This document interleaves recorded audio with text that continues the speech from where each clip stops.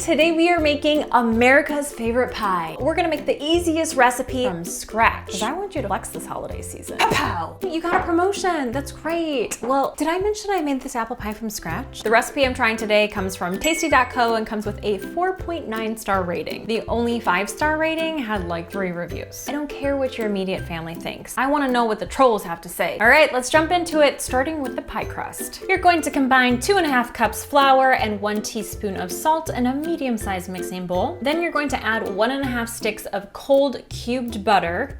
I'm mixing with a fork until the butter is pea-sized. Have 8 tablespoons of ice water on standby. Gradually add it until it's not too dry but not too sticky. Then use your hands to work the dough into a ball, cover it with plastic wrap, and refrigerate. Of course, you could cheat and get a pre-made crust, no judgment, but the holidays can be stressful, so why not take it out on your dough instead of your dear friend? Okay, while your dough is chilling with its homies milk and cheese, it's time to make the apple filling. You're going to core, slice, and peel 2.5 pounds of Granny Smith apples. Mix the apples with 3/4 cup of sugar, 2 tablespoons of flour, 1/2 teaspoon of salt, 1 teaspoon of cinnamon, 1/4 teaspoon nutmeg, and 1/2 lemon.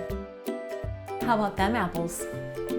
I couldn't resist. Now you're gonna throw the apple filling into the refrigerator with the dough to give them some time to refrigerate and chill before taking the relationship to the next level. It's about to get hot. No, like literally I need you to preheat the oven to 375 degrees. The apple filling and dough can come out at the same time as long as the dough has chilled for 1 hour. It's time to flour your surface, cut the dough in half, roll each half until they're round and about 1/8 inch thick. Roll one of the halves onto the pin and roll it out onto the pan. Add in the apple filling, but avoid the extra juices.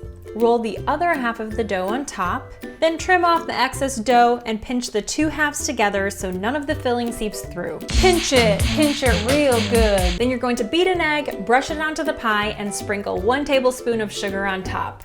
Finally, you're going to add 4 slits, which creates a vent, plus it's just pretty. You may have noticed this recipe has 10 ingredients, which just barely follows Alex's golden rule of baking. Thou shalt not have more ingredients than I have fingers. Then you're going to bake it for approximately 50 to 60 minutes. All right, now for the big reveal.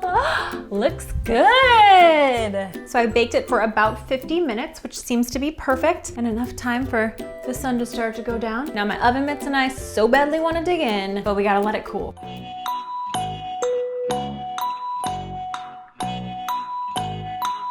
And we are here. It is finally time to dig in. So far, so good. This might be the hardest part. So Food Network won't be hiring me anytime soon. Fine, but you know what? It tastes delicious. Now I know what you're thinking. Are you bringing a pre-sliced pie to Thanksgiving? Are you serious?